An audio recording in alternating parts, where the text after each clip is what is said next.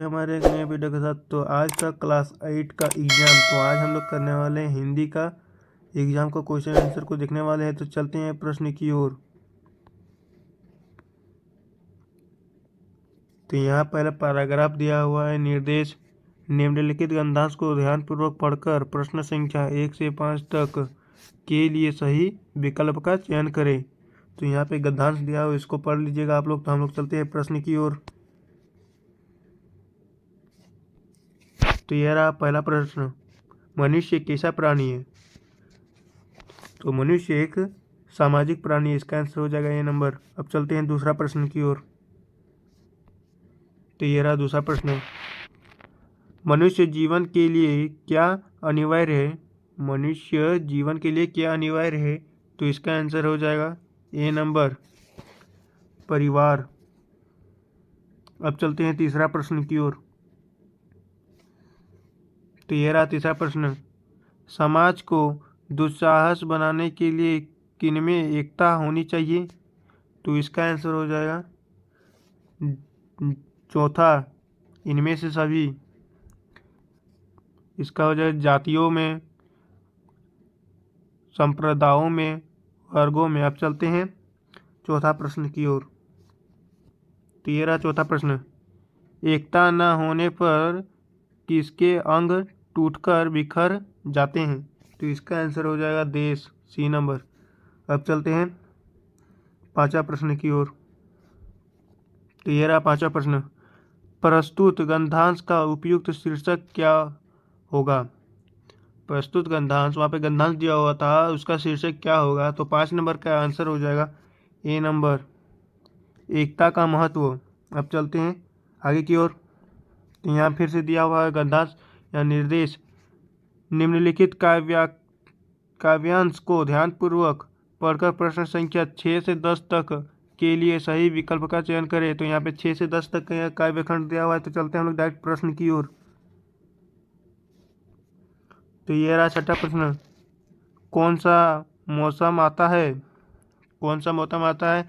तो इसका आंसर हो जाएगा 6 नंबर का, तो डी नंबर, पतंगों का। अब चलते हैं सातवां प्रश्न की ओर। तो ये रहा सातवां प्रश्न: आकाश में किन रंगों की पतंग है? आकाश में किन रंगों की पतंग है? तो 7 नंबर का आंसर हो जाएगा डी नंबर, इंद्रधनुषी रंग। अब चलते हैं 8वां प्रश्न की ओर। तो ये रहा 8वां प्रश्न: पतंगों का राज कहा जाते हैं? पतंगों का राज कहते हैं। तो 8 नंबर का आंसर हो जाएगा ए नंबर, नभ में। अब चलते हैं 9वां प्रश्न की ओर।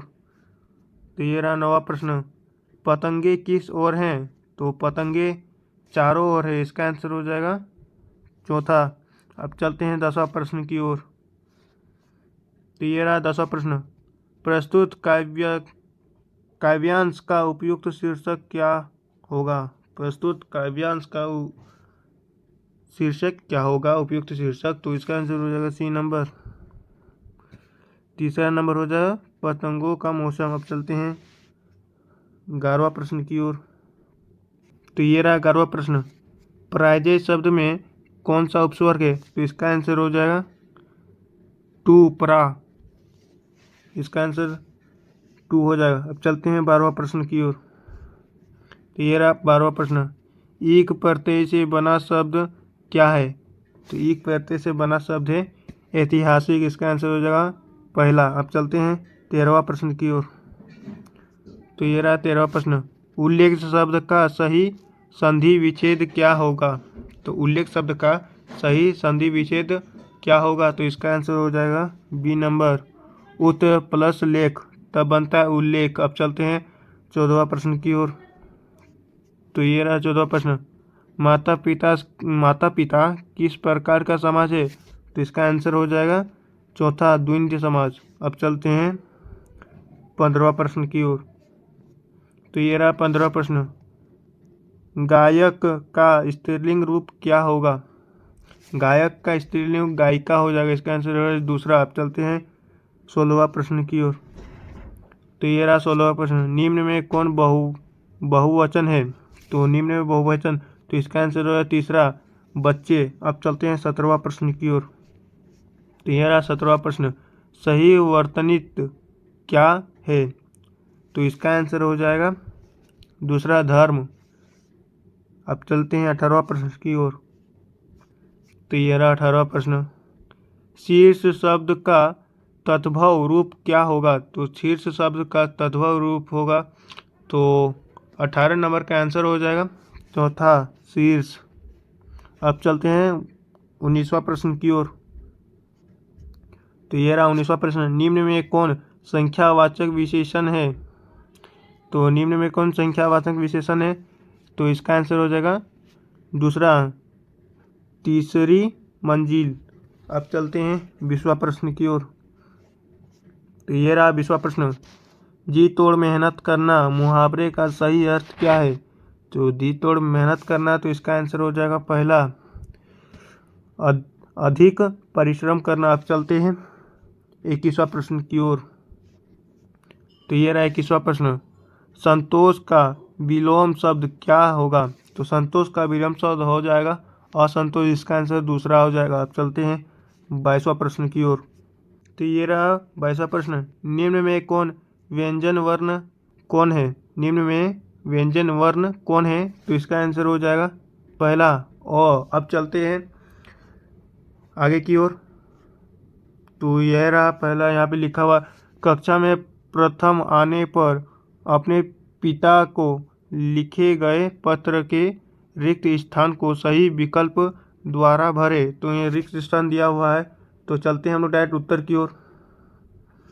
तो ये रहा 23वां उत्तर हो जाए, 23 नंबर का उत्तर हो जाएगा पहला, सादर प्रणाम। अब 24 नंबर का उत्तर हो जाएगा, तो 24 नंबर का उत्तर हो जाएगा बी नंबर, मतलब दूसरा, प्रसन्नता। अब चलते हैं 25वां प्रश्न की ओर। तो 25 नंबर का आंसर हो जाएगा तीसरा, आशीर्वाद। अब चलते हैं आगे की ओर। तो यहाँ पे निर्देश दिया हुआ, निम्नलिखित गंधांश को ध्यानपूर्वक पढ़कर प्रश्न संख्या 26 से 30 तक के लिए सही विकल्प का चयन करें। तो यहाँ गंधांश दिया हुआ है, तो आप लोग गंधांश को पढ़ लीजिएगा। हम लोग चलते हैं डायरेक्ट प्रश्न की ओर। तो ये रहा पहला प्रश्न, प्रस्तुत गंधांश किस पाठ से लिया गया है? जो गंधांश था वो किस पाठ से लिया गया है? तो वो इसका आंसर हो जाएगा बी नंबर, छोटा जादूगर। अब चलते हैं 27वां प्रश्न की ओर। तो ये रहा 27वां प्रश्न, कौन पैसा कमाना चाहता है? तो पैसा कौन कमाना चाहता है? तो इसका आंसर हो जाएगा छोटा जादूगर। अब चलते हैं 28वां प्रश्न की ओर। तो ये रहा 28वां प्रश्न, लेखक ने लड़के की मदद कैसे की? तो लेखक ने लड़की की मदद कैसे की? तो इसका आंसर पहला, शरबत पिलाकर। अब चलते हैं 29वां प्रश्न की ओर। तो ये रहा 29वां प्रश्न, लड़का कितने वर्ष का था? तो लड़का 13 से 14 वर्ष का था। इसका आंसर हो जाएगा चौथा। अब चलते हैं 30वां प्रश्न की ओर। तो यह रहा 30वां प्रश्न, लड़का पैसा कमाकर क्या करना चाहता है? तो 30 नंबर का आंसर हो जाएगा सी नंबर, मतलब तीसरा, माँ की सेवा करना चाहता है। अब चलते हैं 21वां प्रश्न की ओर। तो ये रहा 21वां प्रश्न, सम्राट अशोक किस पर व्यंज पाना चाहते थे? तो इसका आंसर हो जाएगा दूसरा, कलिंग। अब चलते हैं 32वां प्रश्न की ओर।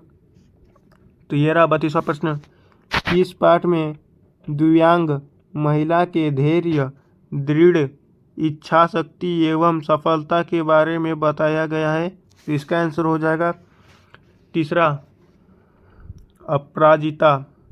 अब चलते हैं 33वां प्रश्न की ओर। तो ये रहा 33वां प्रश्न, हुंडरू का जलप्रपात किस नदी पर है? तो इसका आंसर हो जाएगा चौथा, स्वर्णरेखा नदी पर। अब चलते हैं 34वां प्रश्न की ओर। तो ये रहा 34वां प्रश्न, हमारे आचरण पर किसका गुप्त प्रभाव पड़ता है? तो 34 नंबर का आंसर हो जाएगा सी नंबर, संगति का प्रभाव पड़ता है। अब चलते हैं 35वां प्रश्न की ओर। तो ये रहा 35वां प्रश्न, मरांग गोमके का क्या अर्थ है? तो मरांग गोमके का अर्थ है इसका आंसर हो जाएगा पहला महान पुरुष। अब चलते हैं 36वां प्रश्न की ओर। तो ये रहा 36वां प्रश्न। महाराजा छत्रलास कहाँ के राजा थे? तो महाराजा छत्रलास कहाँ के राजा थे? तो इसका आंसर हो जाएगा दूसरा। तो इसका आंसर हो जाएगा दूसरा बुंदेलखंड। अब चलते हैं 37वां प्रश्न की ओर। तो ये रहा 37वां प्रश्न। अमरूद का पेड़ अंततः क्यों काटा गया? तो अमरूद का पेड़ क्यों काटा गया? तो इसका आंसर हो जाएगा अंधविश्वास के कारण, पहला। अब चलते हैं 38वां प्रश्न की ओर। तो ये रहा 38वां प्रश्न।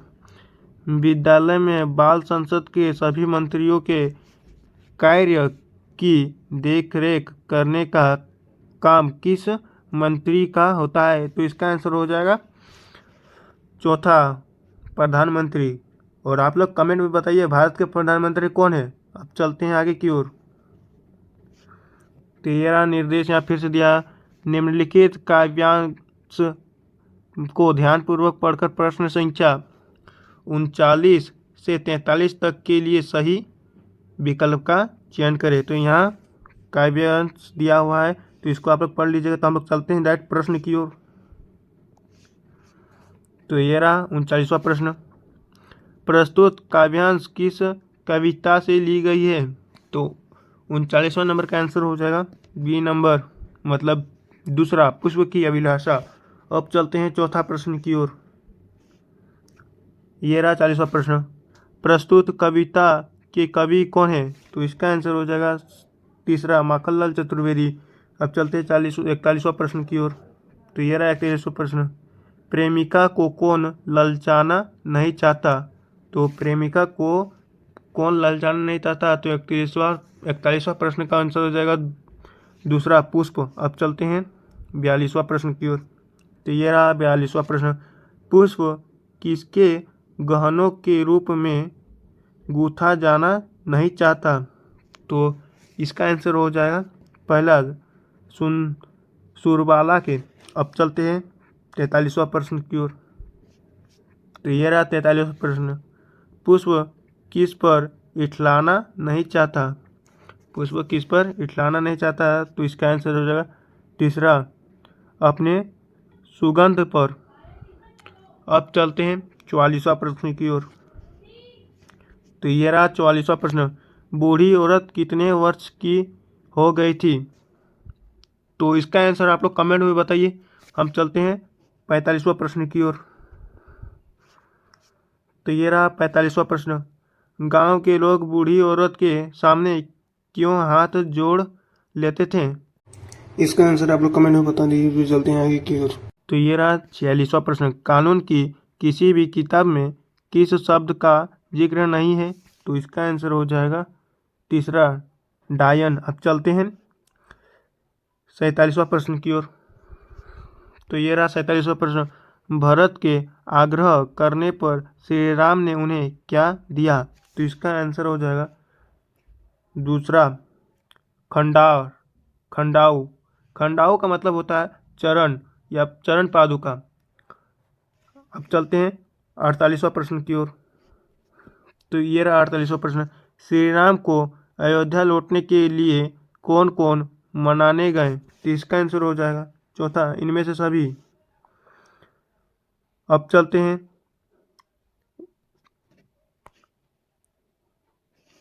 तो ये रहा 49वां प्रश्न। विकास के नाम पर प्रकृति के दोहन का चित्रण किस कविता में हुआ है? तो इसका आंसर हो जाएगा तीसरा, बूढ़ी पृथ्वी का दुख। अब चलते हैं 50वां प्रश्न की ओर। तो ये रहा हम लोग का 50वां प्रश्न, जो आखिरी प्रश्न है। बूढ़ी पृथ्वी के दुख का क्या कारण है? तो बूढ़ी पृथ्वी के दुख का क्या कारण है? तो इसका आंसर हो जाएगा इनमें से सभी।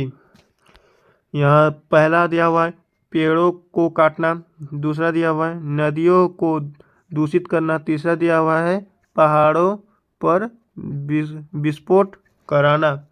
तो इसका आंसर हो जाएगा इनमें से सभी, चौथा आंसर हो जाएगा। और आप लोग कमेंट में बताइए कि आप लोग कितना सही हुआ है। तो हम लोग चलते हैं आगे की वीडियो में, फिर से मिलेंगे। तो धन्यवाद।